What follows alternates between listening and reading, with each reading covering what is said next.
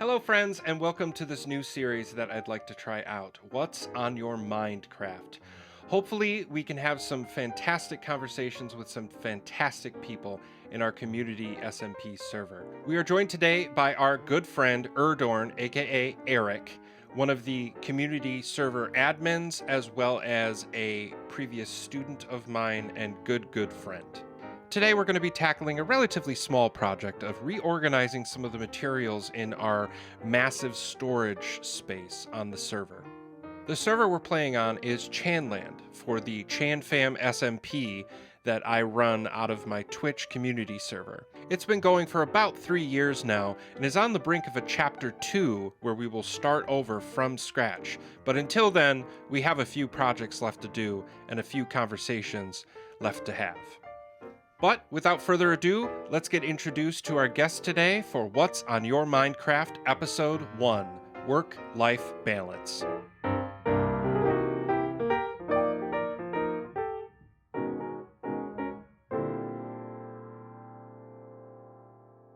Here is our guest for today. This is Erdorn.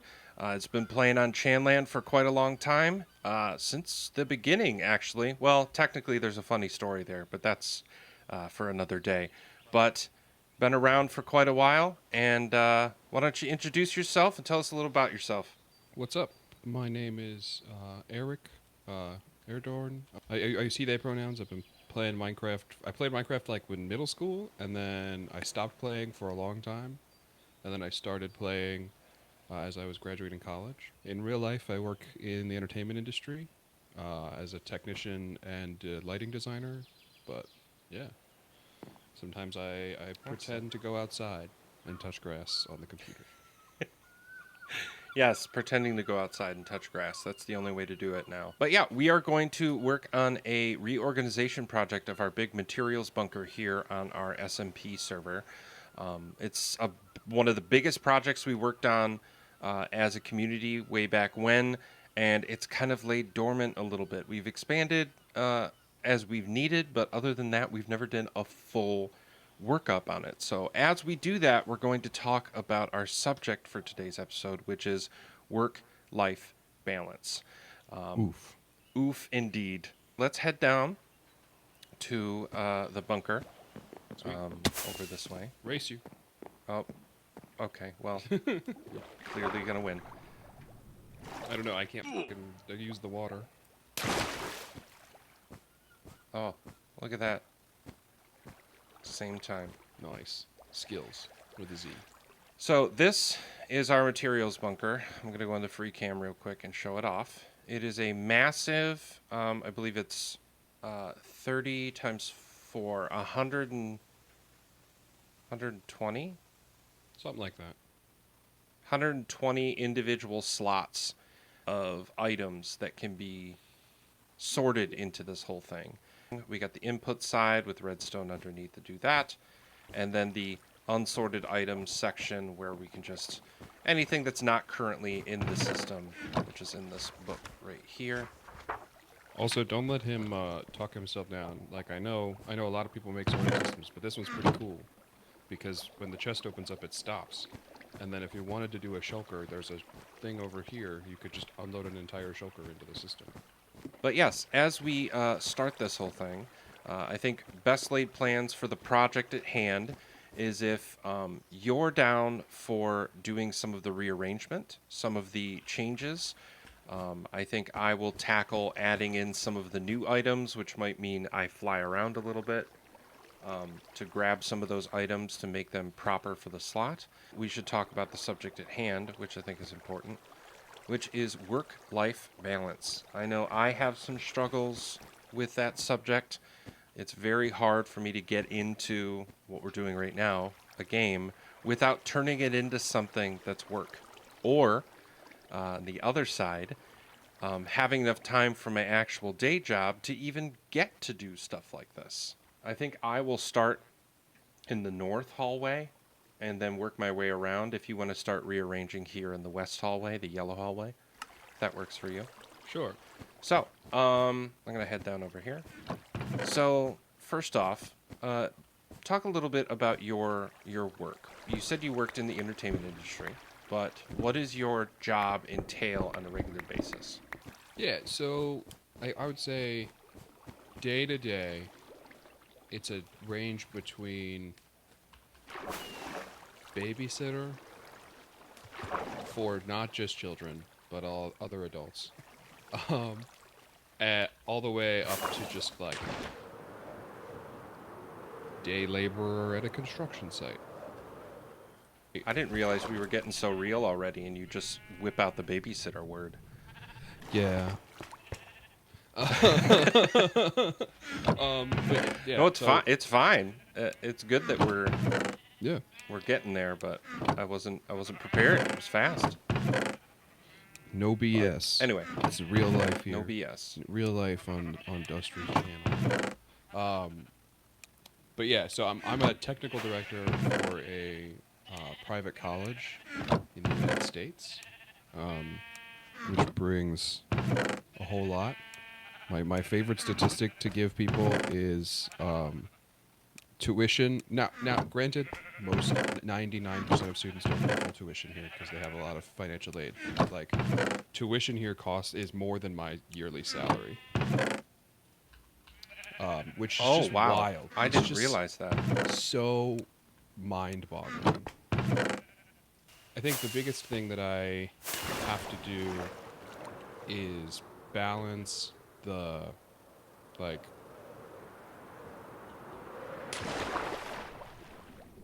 the expectation of a place with high standards against the realistic abilities of those involved.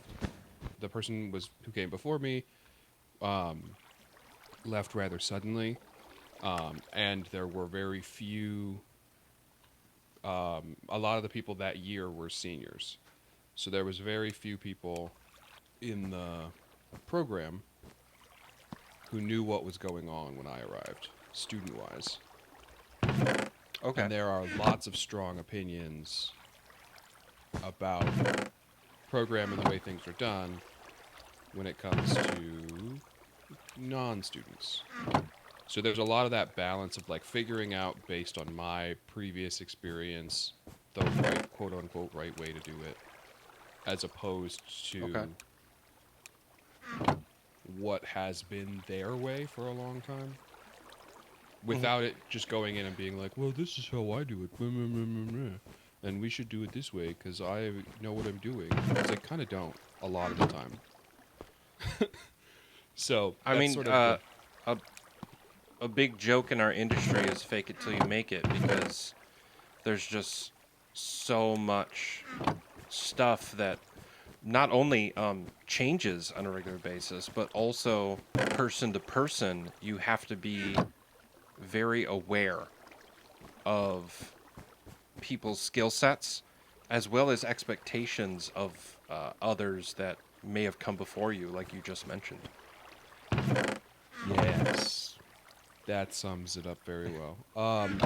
It comes down like the biggest example recently, right? So we were doing the show we're working on has some trapdoors, and the safest way to do those is going to be out of metal. So the platforms are made of wood, and then building a small metal frame that the door then sits on, and all that jazz. Because we want to see through the trapdoors too, so they're made out of metal. It's made of steel and all that jazz. Ooh. And I welded once in college, and you were my instructor in that, and it was also while you were figuring out how to use the welder, and then we got really busy, so we stopped. So I had like half a day's worth of instruction on how to use a welder, and then I did like half of a project because we got really busy and it got pushed to the sidelines. So there was a lot of the like, given the timing of everything, trying to figure out if I could even teach welding Yeah. and how to do that was nerve-wracking. Well, and now that it's kind of retrospect, like I can be a little bit more honest with you. It was the exact same situation I was in, Oh yeah. trying to train you. Like, it was this very fascinating balance of making sure that we're doing things correctly, on top of learning how to do it myself properly, with also making sure that no one around me knows that I don't know everything. Yeah. Because there's a certain expectation with this job, like in this industry. Because if it wasn't made clear by the way that we're talking, I am also a technical director for a university.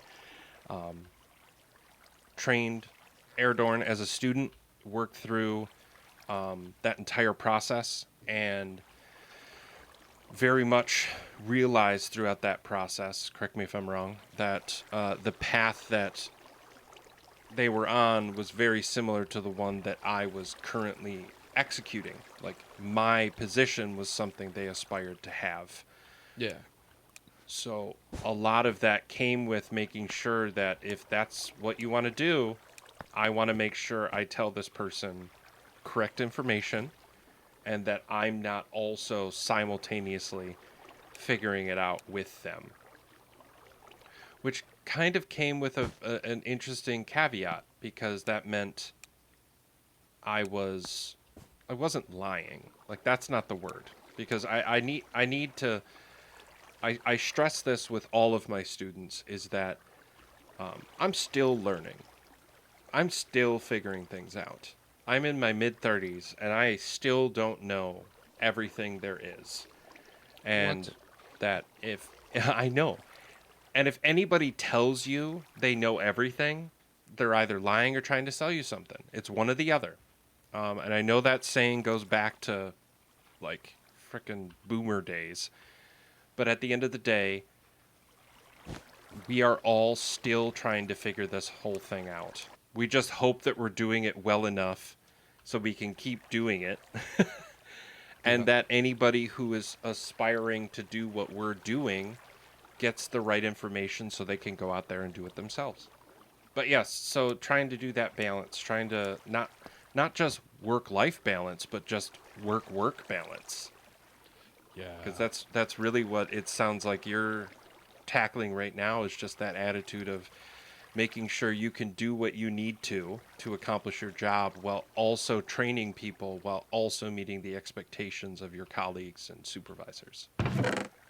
The outward pressure from colleagues isn't necessarily actually there, if that makes sense. But the Okay, internal pressure is there for sure. Of the like, you gotta got know it. what you're doing, man. So meeting your own expectations. Yeah. I moved around a lot as a kid, so moving itself is not really an issue. Um, just between like job stuff as a kid, we moved around a lot. This is the state I'm in now is the fifth state that I've lived in, and Oh, wow. so the moving itself is not the issue, but sort of moving to a place like this has been harder than I thought it would be.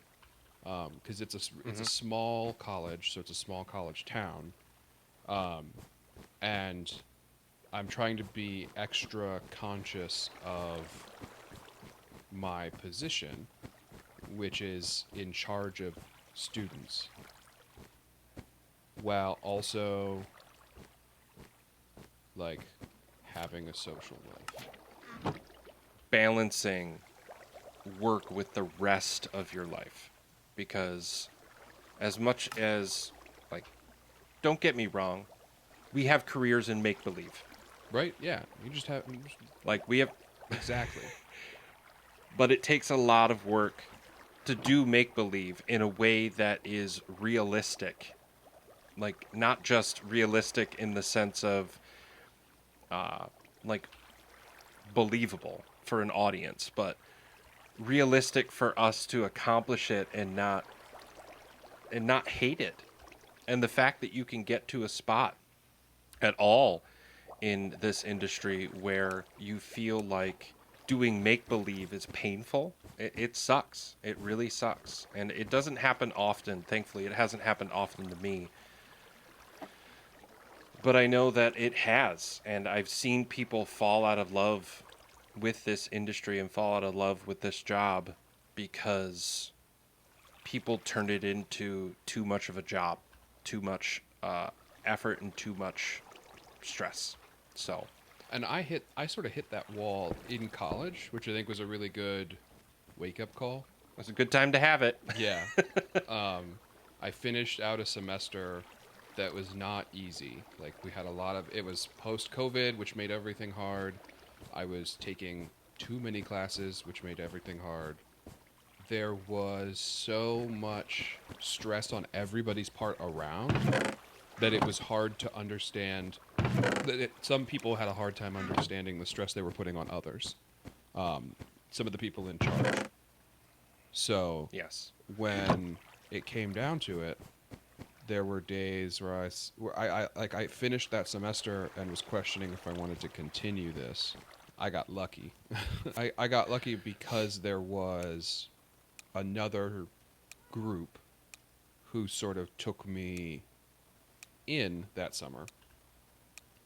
And it Yeah. feels weird to say because they're people we don't. They're a group that I actively avoid with my entire being nowadays.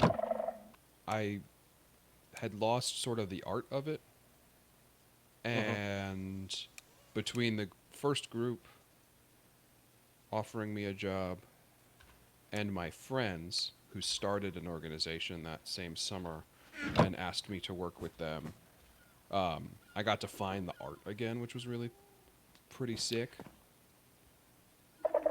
And That is a really good feeling.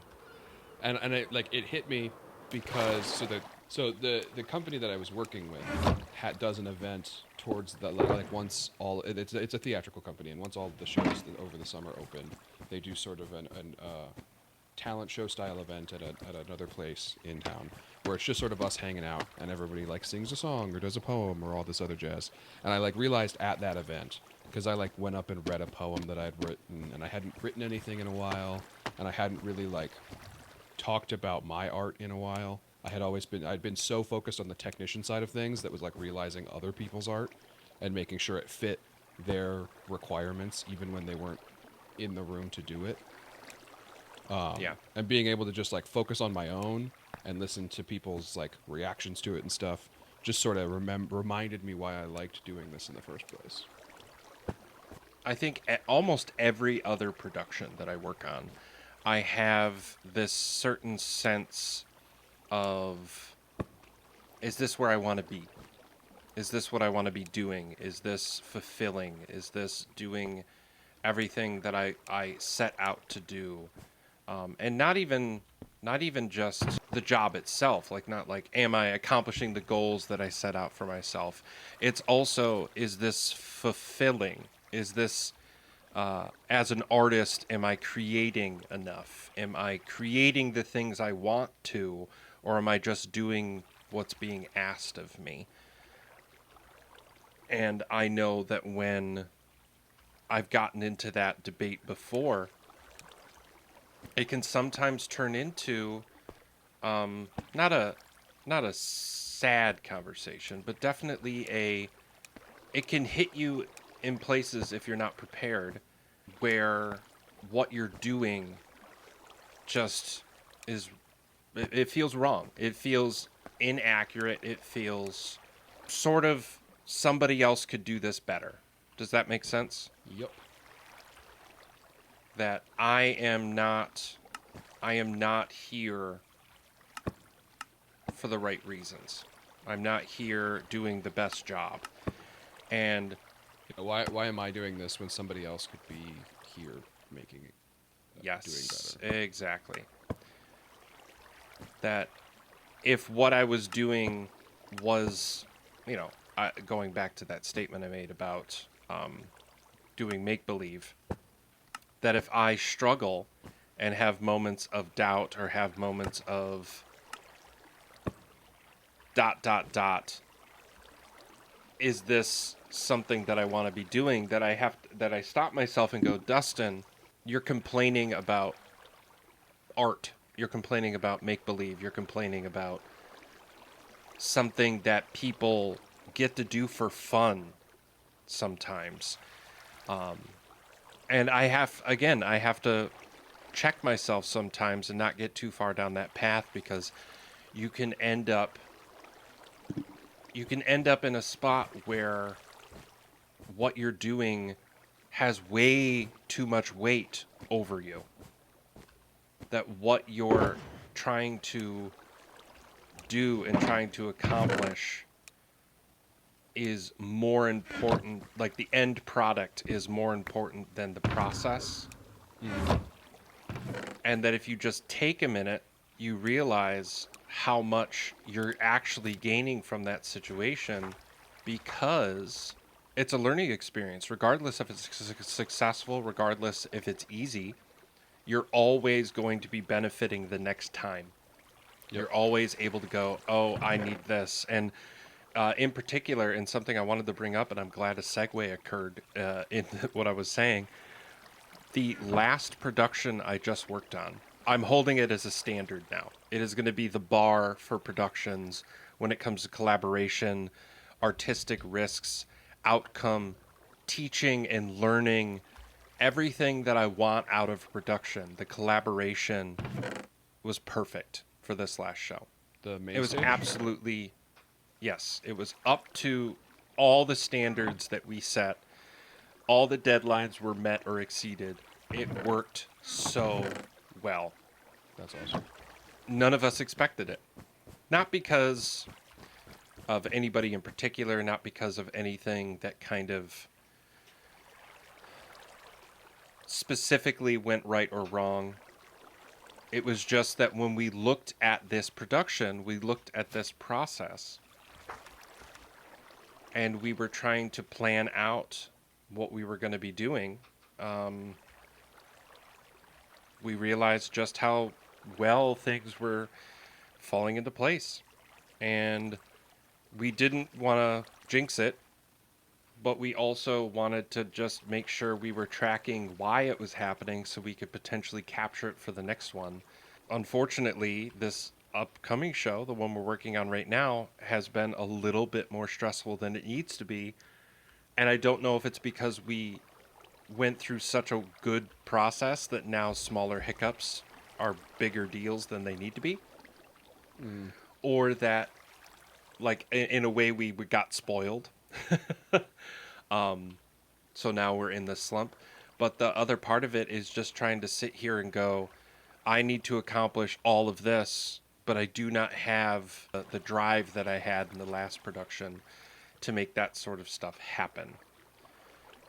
So now I'm stuck in a spot where I was before, which is like, is this what I should be doing? Am I doing a good job? ... Yep. So, Dot. when it comes to stuff that isn't work, what are some things that you are currently making time for, or stuff that you wish you had a little bit more time for to accomplish outside of work? Oh boy, do I have a lot.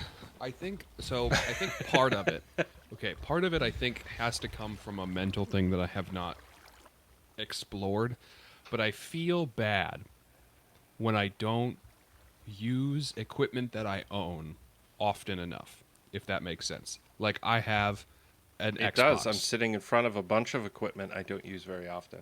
Yeah, like I have an Xbox that I got over Black Friday, and I like around that time, like around the Christmas time, beginning of the year, I got really into a game and I played it a lot and it was great.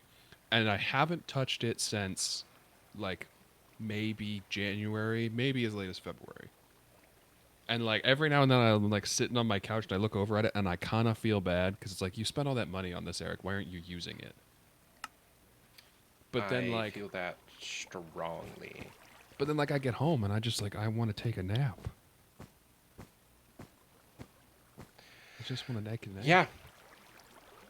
So I don't want to get like, I think the biggest problem that I've found is getting started with the task. And that's definitely like the ADHD. Is like, well, because once I get started, I'm good. Like I'll play forever. But getting started with said task is difficult to say the least. So like finding the game that I want to, because like if I want to play on the Xbox, my mind says, okay, so you have to like make sure you have a clean enough space in the living room, which is not always easy. And then you have to have like um, like the controller sits on a charger all the time, so the controller will be charged. That's fine. But like then I have to go and do I have to like figure out the game I want to play, and if I don't know a ton about the game, then I have to like make sure my phone is charged so that I can Google how to play the game. And then like I haven't spent a ton of money on games because I was never like a gamer as a kid, so I don't have a ton of Xbox games. So I have to like find a game I want to play that's in the games I've got. Yeah.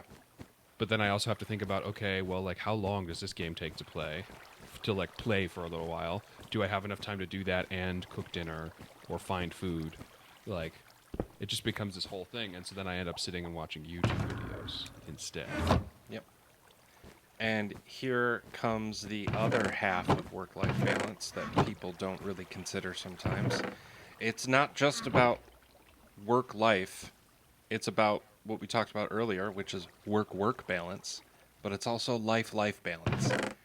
It's trying to find that balance between the things that we don't do at work, so that way we can have a fulfilling evening or a fulfilling weekend. There's time and time again I find myself in that struggle of I could be playing Minecraft, or I could prep lunches for the week, or I could deep clean my cat's litter box, or I could do dishes, or I could do laundry. And I look at the grand scheme of the plan and realize that Minecraft or that electronics coding project that I wanted to do, that those go at the bottom of my list. Those go at the if I have time and I'm not too tired in a couple hours list. Yes. And then we get into this cycle of not just what am I going to do when I get home now that I'm not working. It's what am I going to do when I'm done with this life stuff so I can debrief from the life stuff. Mm-hmm. As much as we want it to be straightforward, like if it's not work, it's fun life stuff, that's just not true. It's still work when you get home in a way. Especially when your job is something you love doing in your free time too. Yes. Yes, yes, yes. Like, I love theater. I love going to musicals. I love all of that. So the fact that a part of my job is doing that professionally means that, yes, I enjoy it while I'm at work, but then sometimes it turns into this attitude of, it's kind of like if you go to work as a cook. There's a certain level, a certain part of you that when you get home, you just want to order takeout because you don't want to cook for yourself. Yes. And that struggle is tough. Or even like not even working as a cook, like half the time, like I love cooking, but I get home and cooking is no longer like cooking. It's a whole nother project, and I have to do so many projects all day that I don't want to do. I don't want to cook because I have to get stuff out. I have to get all the tools out, and it feels like another project all of a sudden. Yeah, another project, another thing that you have to accomplish that's not. And I think that's one of the biggest things, that attitude of a starving artist or suffering artist. I think there's a certain level of, because you've made art a job, art is no longer a hobby no matter how hard you try. Yeah. And I think what I'm doing right now is ironic as hell, is I'm turning something that should be just chatting with a friend, playing a video game, into something I can turn around and make a video out of. Oops. Oops. Yeah. But it's such a weird balance that we strike in our lives of trying to not just balance the things that we do, but what we're doing them for. Am I doing this to relax? Am I doing this for money? Am I doing this for for love? Am Mm-hmm. I doing this because I need a little treat? Like, why is, and I will admit, a lot of the times Minecraft has become that for me. I'm doing it because I want a little mental treat. That's why I do things like the digging, because like when I had to drive a ton, like over the summer and stuff, I had like when I was driving out to Santa Fe, and then when I was like every like now when I go back home to see shows over where you're at and things, or even just to go home. Like I can Yeah. listen to the podcasts and and like listen to D&D podcasts and things. Like I got into Critical Role again, and then now I don't have that because I got my commute is all of 2 minutes, and it's not something that you can like listen to mindlessly. So that's what I love about the Minecraft thing is now I can come home and I can turn the podcast on and then just dig a big hole. Yep. I'm Um, Minecraft Jesus. we're in this cycle, if you will, of moving on to the next show, on to the next thing, on to the next project, on to the next big social event, on to the like it's that struggle of not just focusing, like you're not able to focus on what you're doing because you're always worrying about the next thing. Mm. And I know, at least when I've been working on projects, one of my biggest challenges, like internally, the biggest things that I struggle with when I'm trying to work on stuff is making sure that I'm doing stuff that will help me for the next thing. I know we've talked about it a little bit earlier, but that attitude of always learning, always getting better so that way you can be better the next time. Every project's different, every situation's different. So some of the things you learn may not apply to the next thing you do. It might apply to the fifth next thing that you do. So when you're sitting there trying to prepare, you inadvertently lock yourself into this cycle of you don't give yourself grace and you don't give yourself downtime. Yep. So then you're stuck. You're in this like I said, like loop. You're in a loop where what's most important is no longer being good. It's being being prepared for the next thing. So you can kind of get out of the moment, which as artists, one of our biggest things is living in the moment and being present. So that way we can do a good job. And in our specific uh, instance, so we can teach people and train people. Yeah. Because there's a lot of jobs out there that that part doesn't factor in very much. The training, the making sure that others are prepared. That's just another thing that comes up on a regular basis is just this attitude of making sure that you're present, making sure that you are not just, going through the motions so that way you're better prepared for the next thing. Um, and that can be a struggle all its own, because as much as I'd love to say that I'm always doing my best, I'm doing what was the phrase I used to say? I'm doing the best I can with the tools I have with the information given. Yep. And I think that leads itself into that attitude of giving, again, giving other people's grace, but giving yourself grace. Because it can get really, really hard sometimes to be able to cut yourself some slack. Yeah, I have a lot of trouble with that at times, for sure. Because again, I try to remind my students of this all the time. Um, this is all of our first times doing this thing. I've never lived a life before, as far as I know. I've never lived a life before. Trying to act like I got this whole thing covered is unrealistic. I'm legitimately doing this for the first time, as are we all. Now, certain projects I may have done before, but that doesn't mean anything when it comes down to it because, Yeah, like I said, projects are different. Life is different, how we act, the people we work with. And just because one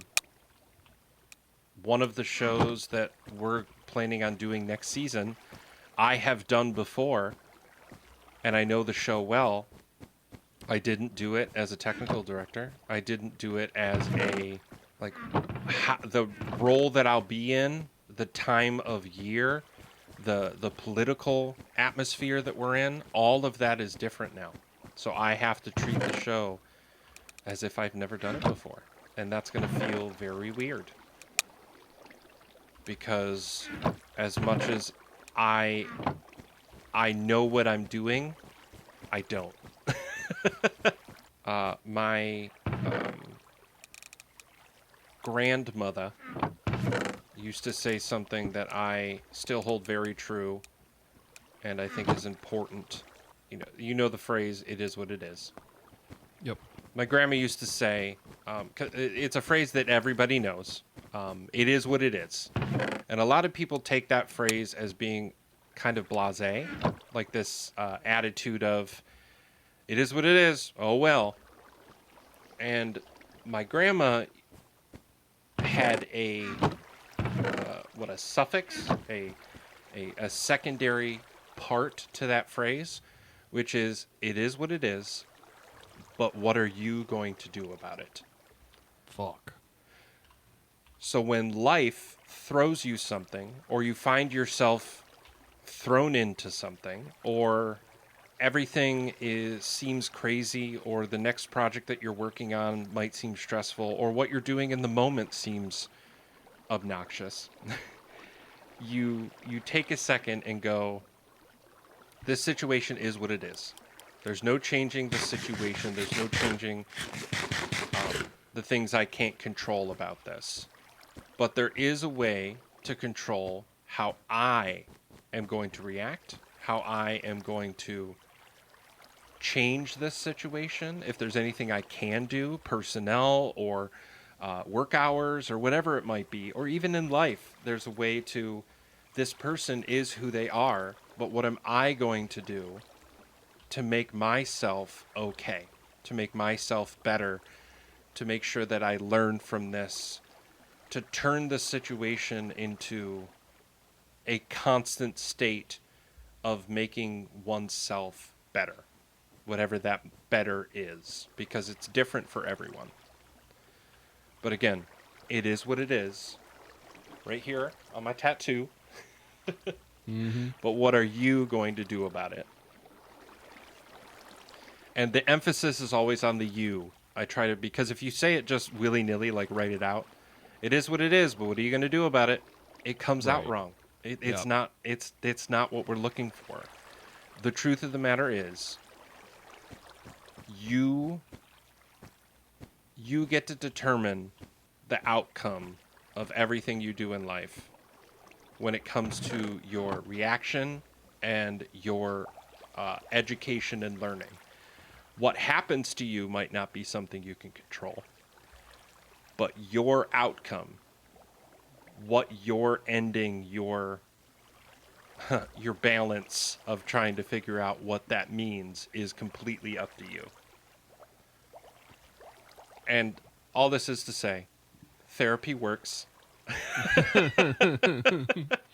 I am a staunch supporter of therapy, and I think the only way that I've been able to tackle this thing called life is because I've had the support system of my friends, my family, my therapist, and my colleagues.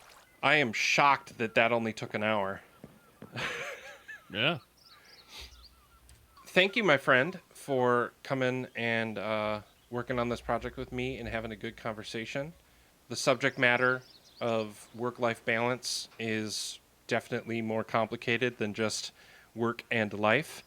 Those denotations from there can kind of get you into a little bit of a spiral, but as long as you have the support that you need, whatever that may be, friends, family, therapy, it can get you there. And that through line from my grandma, it is what it is, but what are you going to do about it? I think really helps, at least in my situation, helps me get through that balance a little bit easier. So, any closing words, statements, comments that you may have, my friend? Well, I don't think so. I think it was fun. I had a good time. It was good conversation for sure. But it's definitely something you don't talk about often, but it's good to talk about. Yeah. And I'm hoping as I develop this, we'll have more people on. It may be one person, it may be a group of us, but the hope is that we can have these conversations while doing something we love with the people that we love and the company that we want to keep, so that way we can get through this weird thing called life. Yeehaw. Yeehaw. Cool. Well, with that, thank you again, Erdorn. Eric, I appreciate your time. And we will definitely do this again and hopefully dive into a little bit more about ourselves and about the way that we do these things. Yeah. Cool. Thank you. Thank you, my friend. Goodbye. Thank you so much to Eric for the amazing conversation and the amazing progress that we were able to do on the server today. Look out for the next episode coming soon. Let me know what you all think down in the comments about this series and if it's something that you want to see another episode of. And with that, we close the curtain on this episode. I appreciate each and every one of you. Design and conquer, my friends, and I will see you at the next one. Bye, friends.